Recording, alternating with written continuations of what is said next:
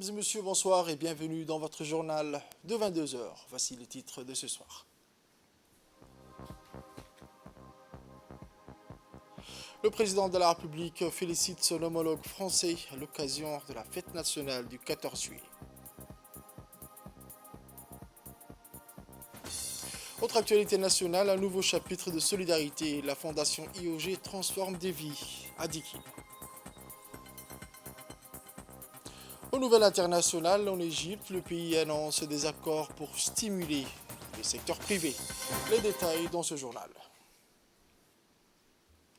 Le journal au complet à présent, je vous le disais dans les titres, le chef de l'État, son Excellence M. Ismaël Omar Guelleh, à l'approche de l'anniversaire de la fête nationale de la République française, envoyé ce mercredi un télégramme de félicitations au président Emmanuel Macron. Je forme le vœu davantage de prospérité et de rayonnement à la nation amie française, a écrit le président Guelleh dans ce message. À travers les valeurs et idéaux qu'elle parraine, la fête du 14 juillet renvoie à une éthique de rendez-vous universel auquel souscrit l'ensemble des sociétés du monde, a noté le chef de l'État dans le même document. Le président de la République mit ensuite à profit ce télégramme pour se réjouir des liens privilégiés séculaires forgés sur l'histoire, la langue et la culture que notre pays a en partage avec la France. Nous n'aurons de cesse d'œuvrer toujours au raffermissement de la coopération multiforme étendue à tous les secteurs du développement durable entre nos deux nations, a à ce sens déclaré le chef de l'État, qui a réitéré également l'attachement de la République de Djibouti à la préservation et à la promotion du traité stratégique qu'elle entretient avec la France sur le plan militaire et de la défense. C'est dans le cadre des efforts déployés pour les pouvoirs publics pour lutter contre les incendies, notamment en cette saison de forte chaleur, que le Premier ministre, son Excellence M. Abdelkader Kamel Mohamed, a visité aujourd'hui le marché de Riyad où des mesures de prévention ont été prises au niveau de ce marché. Ces mesures sont l'installation d'un extincteur d'incendie qui sert à éteindre un feu naissant qui menace la sécurité, car il est fortement recommandé d'avoir un extincteur dans ce genre d'endroit très fréquenté par la population. Durant sa visite, le Premier ministre était accompagné du colonel Mahmoud Moussa Mahmoud, le directeur général de la protection civile, commandant de corps des sapeurs-pompiers de Djibouti. Ces mesures soulignent l'importance de la prévention des incendies et de la sensibilisation aux mesures de sécurité dans les habitations. Il est aussi essentiel de vérifier régulièrement les installations électriques et de garder un œil sur tout feu allumé dans ces moments de forte chaleur et de khamsin.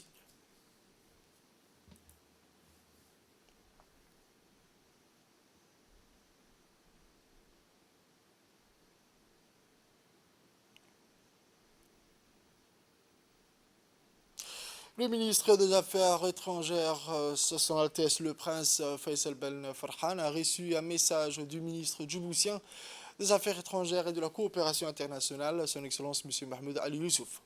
Le message a été reçu par le vice-ministre des Affaires étrangères lors de sa rencontre à Riyad avec le doyen du corps diplomatique et ambassadeur de la République de Djibouti auprès du Royaume d'Arabie Saoudite, Son Excellence M. Diaïdine Bamahrama. La réunion a été l'occasion pour les deux parties de discuter des relations bilatérales et explorer des pistes pour renforcer la coopération dans divers secteurs. En outre, des points de vue sur des sujets d'intérêt commun et de développement actuels ont été échangés. Dans le cadre du lancement de la campagne de contrôle et de vérification relative à la conformité des commerçants au regard de leurs obligations fiscales, le ministre du Budget, son Excellence M. Ismaël Ibrahim Roble, a tenu une réunion avec les différents agents de la Direction générale des impôts pour une dernière mise au point dans les locaux de l'hôtel des impôts. Pour rappel, cette opération vise tout commerçant, personne physique ou morale. Cette réunion a vu la participation du directeur général des impôts, M. Mahmoud Moussa Roble, et ses principaux collaborateurs. Cette occasion, Monsieur le ministre, pour faire part que cette cérémonie ne sera que le prémisse d'un vaste programme de communication et de sensibilisation que la Direction générale des impôts compte entreprendre les mois à venir. Si la liquidation, ou plutôt le paiement de l'impôt, s'inscrit obligatoirement dans notre choix commun de vivre en société dans une nation, il nous incombe à tous et à toutes d'adopter un certain civisme fiscal. Il est fort regrettable qu'un grand nombre de contribuables perçoivent l'impôt sous l'angle d'une perte à minimiser. J'exhorte ces contribuables d'avoir une pensée particulière aux policiers en charge de la circulation routière sous cette chaleur étouffante en ce moment, aux médecins qui s'occupent de nos malades jour et nuit, aux enseignants qui abreuvent du savoir à nos enfants, fils et filles. Chers contribuables, vos impôts servent à prendre en charge toutes ces dépenses et tant d'autres. Il incombe par conséquent à ma direction de prendre toutes les dispositions nécessaires en vue de mobiliser un maximum de ressources afin que l'État puisse disposer les recettes adéquates pour financer l'ensemble des dépenses budgétaires à temps. Monsieur le ministre, je veux conclure sur ces mots. La direction que j'ai en charge, consciente de cette mission de portée nationale, ne ménagera pas ses efforts pour s'acquitter pleinement de ses obligations, car il y va de notre vie en communauté. On écoute à présent un extrait de l'intervention du ministre du Budget lors de cette réunion. Voici ses propos. Des missions qui sont essentielles pour le ministère du Budget, mais aussi qui sont essentielles pour le pays. Et vous le savez autant que moi que les recettes permettent à l'État de mettre en œuvre les politiques publiques. Et il va sans dire que nous devions vous encourager à améliorer la performance de vos actions sur le terrain et de veiller à ce que le recouvrement, le contrôle soient effectués de manière professionnelle, en tenant bien évidemment compte des droits du contribuable, mais aussi du devoir du contribuable et de vos devoirs et de vos responsabilités pour mener à bien les opérations que vous auront confiées. Vous savez autant que moi également que la direction générale des impôts constitue l'épine même dorsale du ministère du Budget, parce que tout simplement, vous avez ce rôle clé de collecte des recettes fiscales. Et c'est extrêmement important. Et moi, je pense que il y va de vos sens de responsabilité et du devoir national pour que vous puissiez mener les opérations sur le terrain avec professionnalisme. Je crois que nous ne pourrions à Djibouti ne compter que sur nos propres moyens. Et pour cela, il faut bien évidemment être rigoureux dans les tâches quotidiennes. Et c'est pour cela que je vous appelle, non pas seulement à l'assaut du terrain, mais à veiller à ce que les droits et les devoirs de chacun soient préservés. Et au niveau du ministère du Budget, nous ne nous en cacherons pas, nous avons opté pour l'approche axée sur le résultat. Seul le résultat compte. Ce qu'il nous faut au bout, c'est des résultats positifs. Et c'est pour cela que je voudrais aujourd'hui vous exhorter à faire en sorte à ce qu'également vos collaborateurs adhèrent à ces principes de travail, de rigueur et de performance. La Direction générale des impôts a ensuite procédé à une descente inopinée sur les principaux commerçants de la place, afin de contrôler et de vérifier la conformité des commerçants au regard de leurs obligations fiscales. C'est un droit auquel les autorités compétentes veillent dans le cadre de ses prérogatives régaliennes à son application effective. Par ailleurs, il faut rappeler que tous ceux qui ne sont pas à jour de cette obligation fiscale ont été exposés aux sanctions prévues, ce qui signifie la fermeture de leur échoppe. Pour la Direction générale des impôts, se réserve le droit à procéder à une opération générale de contrôle de patente avec l'appui des forces de l'ordre. L'Organisation des Nations Unies pour l'alimentation et l'agriculture et le ministère de la Culture ont procédé conjointement ce matin à la cérémonie de lancement de 4 projets destinés à renforcer la sécurité alimentaire et à favoriser une nutrition équilibrée dans le pays. Cet événement qui s'est déroulé à l'hôtel Les Acacias a rassemblé le ministre de l'Agriculture, son Excellence M. Mohamed Ahmed Awale, l'ambassadrice de France à Djibouti, Mme Dana, le chargé d'affaires de l'ambassade du Japon, ainsi que la chargée du bureau de la FAO Djibouti. Ces travaux de l'atelier qui se poursuit tout au long de la matinée a permis de présenter en détail les 4 projets majeurs qui seront mis en œuvre dans le cadre de cette initiative conjointe. Lors de cet atelier, les participants ont discuté des objectifs spécifiques de chaque projet, des approches stratégiques et des activités prévues et les résultats attendus.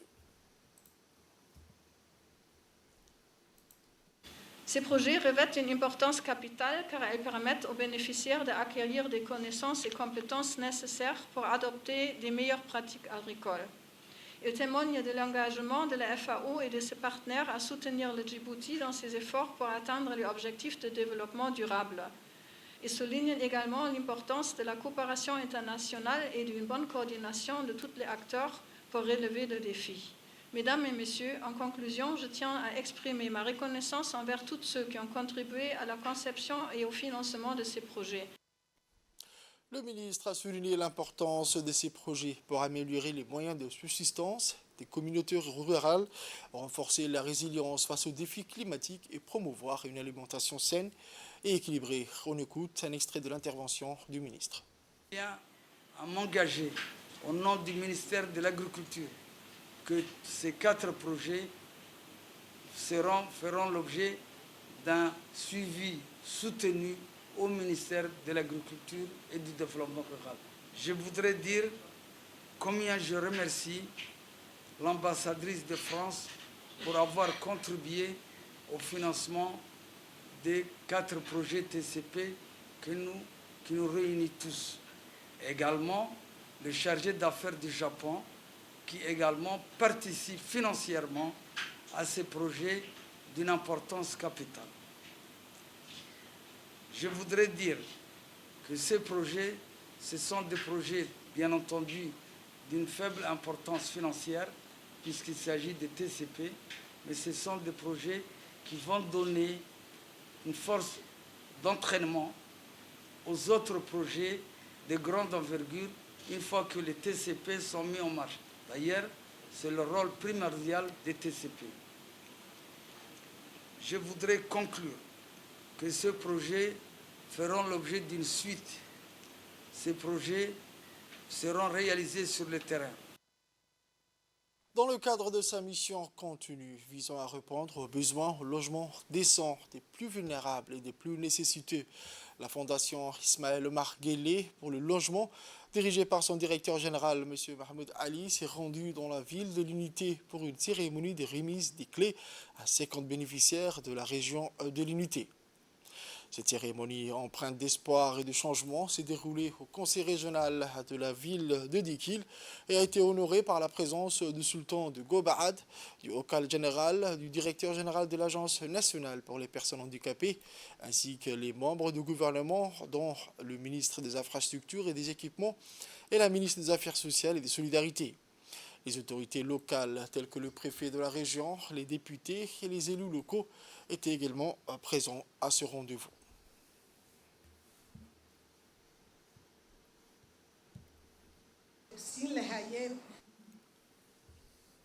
On écoute le préfet de la région de Dikil qui s'est exprimé en cette occasion.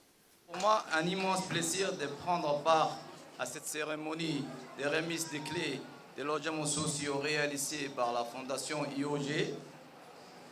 La Fondation IOG qui a honoré ses engagements de mettre à la disposition des familles les plus vulnérables des logements décents.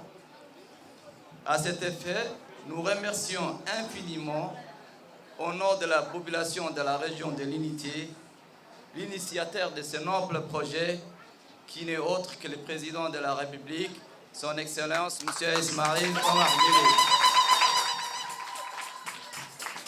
Guelleh. Nos remerciements vont également à la ministre des Affaires sociales et de Solidarité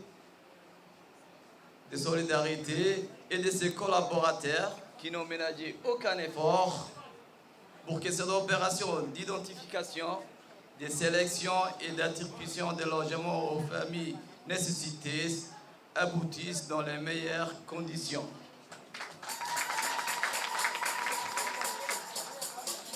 Je ne saurais terminer mon intervention sans remercier les SOCAL de la région de l'Unité qui nous ont soutenus et appuyés tout au long de la procédure des élections et d'attribution de ces logements.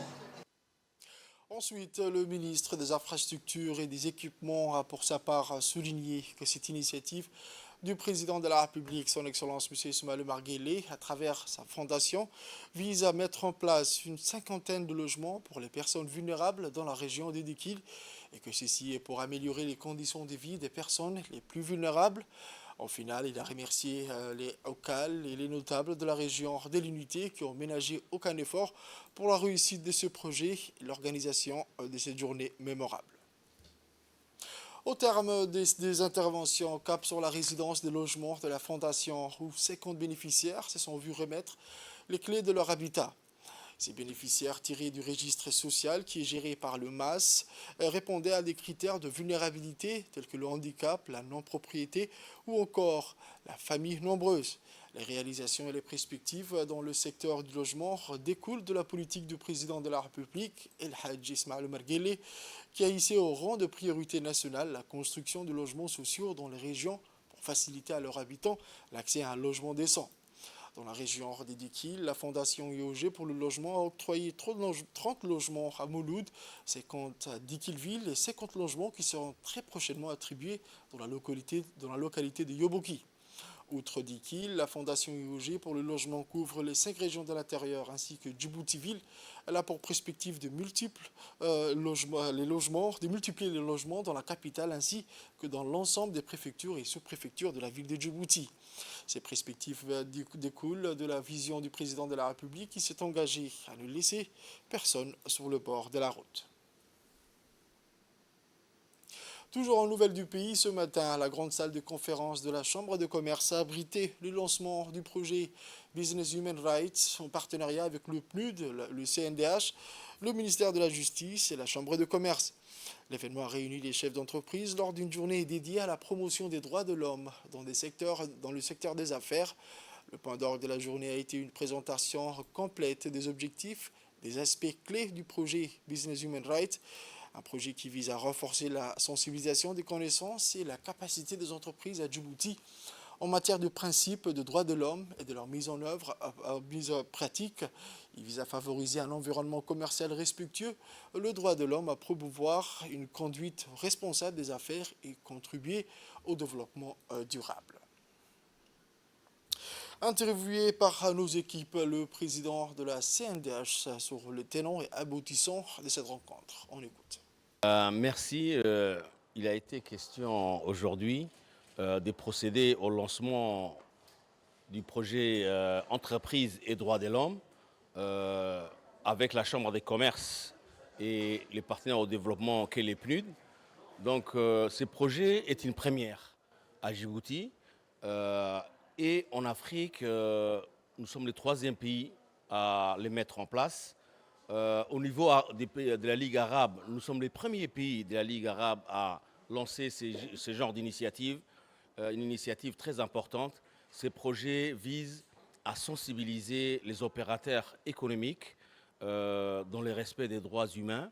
Djibouti vraiment est devenu une destination attractive des investissements et ce genre d'initiative va permettre de placer notre pays dans les domaines du respect des droits de l'homme et faire progresser notre classement dans les rapports Doing Business. Dans l'actualité nationale, l'Agence nationale des personnes handicapées, en collaboration avec le Centre de leadership et de l'entrepreneuriat, a organisé ce matin le lancement des séances de sensibilisation à l'entrepreneuriat des jeunes et des femmes en situation de handicap à Djibouti-Ville. La séance de sensibilisation s'est déroulée aux bibliothèques et archives nationales, mais elle a été présidée par le directeur général de l'ANPH, M. Douale Saïd Mahamoud. Celle-ci a vu la participation du directeur général de l'ADDS, M. Mahdi Mohamed, et la directrice du service commun de l'ANPC, Mme Ouba Hussein.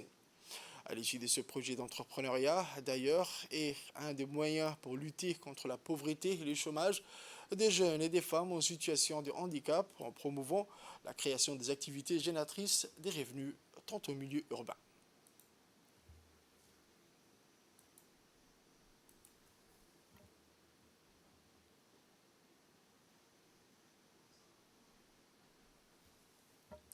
Le directeur général de l'ANPH, M. Doual Saïd Mahamoud, a indiqué que ce projet d'entrepreneuriat s'inscrit dans le cadre de l'amélioration et la promotion de l'autonomisation des jeunes et des femmes en situation de handicap dans notre pays. Aujourd'hui, mercredi 12 juillet 2023, s'est tenu au siège du Conseil régional d'Arta la deuxième assise de l'Assemblée régionale des élus. A participé à ces assises le nouveau préfet de la région, M. Hassan Dabale, en présence du président du conseil régional, M. Elmi Bourgoud Adé, les membres des élus, les représentants des services déconcentrés, les notables ainsi que les femmes actives de la région. Dans ces assises, le président du conseil régional et ses élus ont souhaité la bienvenue au préfet de la région dans une présentation des différents projets d'ADIL en cours dans la région et ceux de l'année à venir du président du conseil régional. Le préfet a à son tour pris la parole en remerciant le président du conseil régional et son équipe de leur accueil et a précisé dans son allocution une forte amélioration de travail entre le conseil régional et la préfecture. Le marché des émergents. Il y a également la construction ou l'installation d'une quai flottante, ce qu'on appelle la quai flottante, pour les embarcations à la plage d'Arsa. La décentralisation a avancé dans notre pays. Et puis, comme aux côtés de ceux qui ont, Elmi vient de rappeler que je travaillais à Bok, à Tajoura, et là aussi, je serai là pour appuyer cette décentralisation et cette déconcentration qui voit toujours s'améliorer dans la région, puisque au fil des années, nous constatons que les services déconcentrés sont de plus en plus déployés dans les régions. Et cela est très important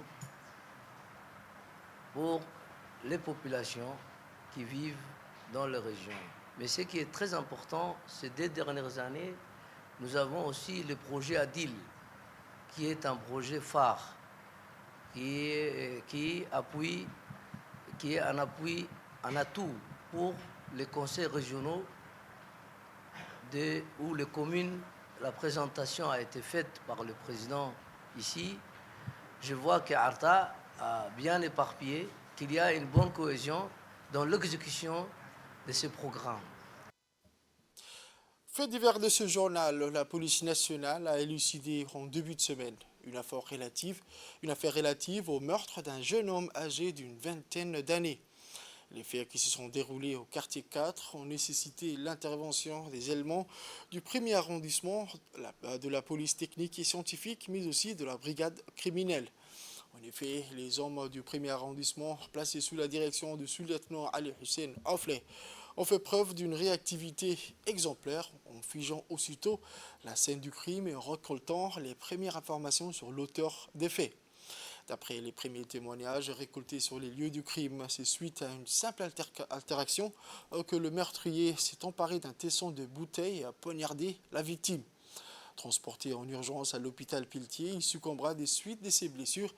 Cette affaire élucidée en un temps record a démontré l'efficacité de la collaboration des différents services de la police nationale qui veillent au bien-être et à la sécurité de nos concitoyens.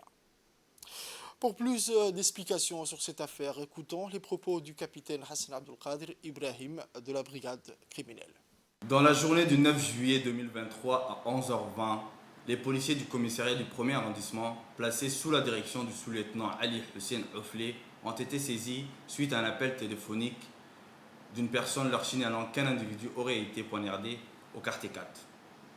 Aussitôt informés, les éléments du 1er arrondissement se transportent sur le lieu et effectuent une enquête de voisinage. Un jeune homme d'une vingtaine d'années a été poignardé à l'aide d'un tesson de bouteille de Coca-Cola au niveau du thorax. Transporté en urgence vers l'hôpital Piletier, la victime décédera des suites de ses blessures. Après avoir commis son forfait, le suspect, un homme âgé d'une trentaine d'années, a pris la fuite et de recherches intenses et méticuleuses ont été entreprises par les policiers du 1er arrondissement. Et dans un temps réduit, soit 2 heures après les faits, le suspect a été interpellé dans une maison située au quartier 6. Suite au décès de la victime, la brigade criminelle a été saisie Ainsi, le PJ du 1er arrondissement met le suspect à la disposition des enquêteurs de la brigade criminelle qui lui notifient sa garde à vue et son placement en détention. Les officiers de police judiciaire de la brigade criminelle, avec le concours de l'identité judiciaire, police technique et scientifique, se transportent sur le lieu de fait avec le suspect afin de rechercher des traces et indices sur la scène du crime. Au cours de ces investigations, les techniciens de la police technique et scientifique ont effectué des prélèvements de traces biologiques, ADN et des prises de clichés photographiques en vue de constituer un album. Sur la scène du crime, les enquêteurs de la brigade criminelle ont pu retrouver les tessons de bouteille de Coca-Cola qui a servi à la commission du crime. Auditionné dans les locaux de la brigade criminelle, le suspect reconnaît la matérialité des faits qui lui sont reprochés. À l'issue de la garde à vue, il a été présenté au procureur de la République. Une information judiciaire est ouverte et le prévenu a été conduit à la maison d'arrêt de Garotte. La résolution de cette affaire en un temps record démontre l'efficacité des différents services de la police nationale placés sous le commandement du directeur général de la police nationale, le colonel Abdelrahman Ali Kahin, qui a fait de la sécurité de nos concitoyens une priorité. Merci de votre attention. Aux nouvelles internationales, j'ai mentionné dans les titres ou dans un élan de soutien au secteur privé en difficulté, le gouvernement égyptien a déclaré mardi avoir conclu une série d'accords pour vendre pour 1,9 milliard de dollars des participations dans des entreprises publiques. Parmi ces entreprises figure Telecom Egypt, la grande entreprise publique de communication du pays. Le gouvernement égyptien n'a pas précisé le nombre d'entreprises impliquées dans ces ventes, mais il a confirmé la signature d'un accord pour vendre 25 à 30% des parts de l'Égypte dans la société chimique El Ab, la société pétrochimique et la société pétrolière des Egyptian Drilling Company à l'Abu Dhabi. Le programme est un objectif clé de plan de sauvetage de 3 milliards de dollars pour que l'Égypte a obtenu du Fonds monétaire international en décembre pour aider le pays court d'argent à surmonter les récents chocs de l'économie mondiale. C'est la fin de ce journal de 22h, mesdames et messieurs. Merci à vous de l'avoir suivi et restez avec nous pour la suite du programme sur Télé Djibouti.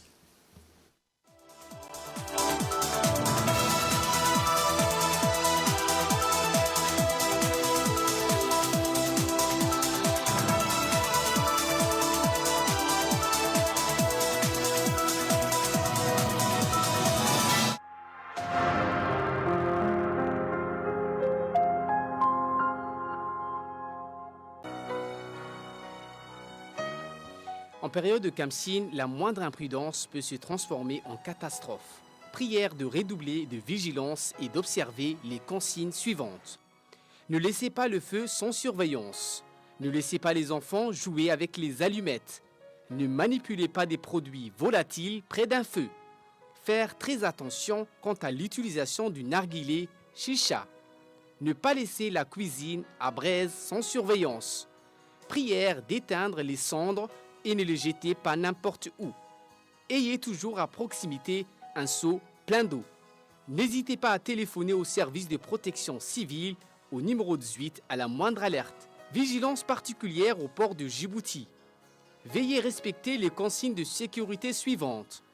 Ne pas faire une soudure sans surveillance. Équipe des sapeurs-pompiers à mettre en place. Respectez les règles de sécurité pour les installations portuaires. Les autorités du port et les différents responsables des 3 sociétés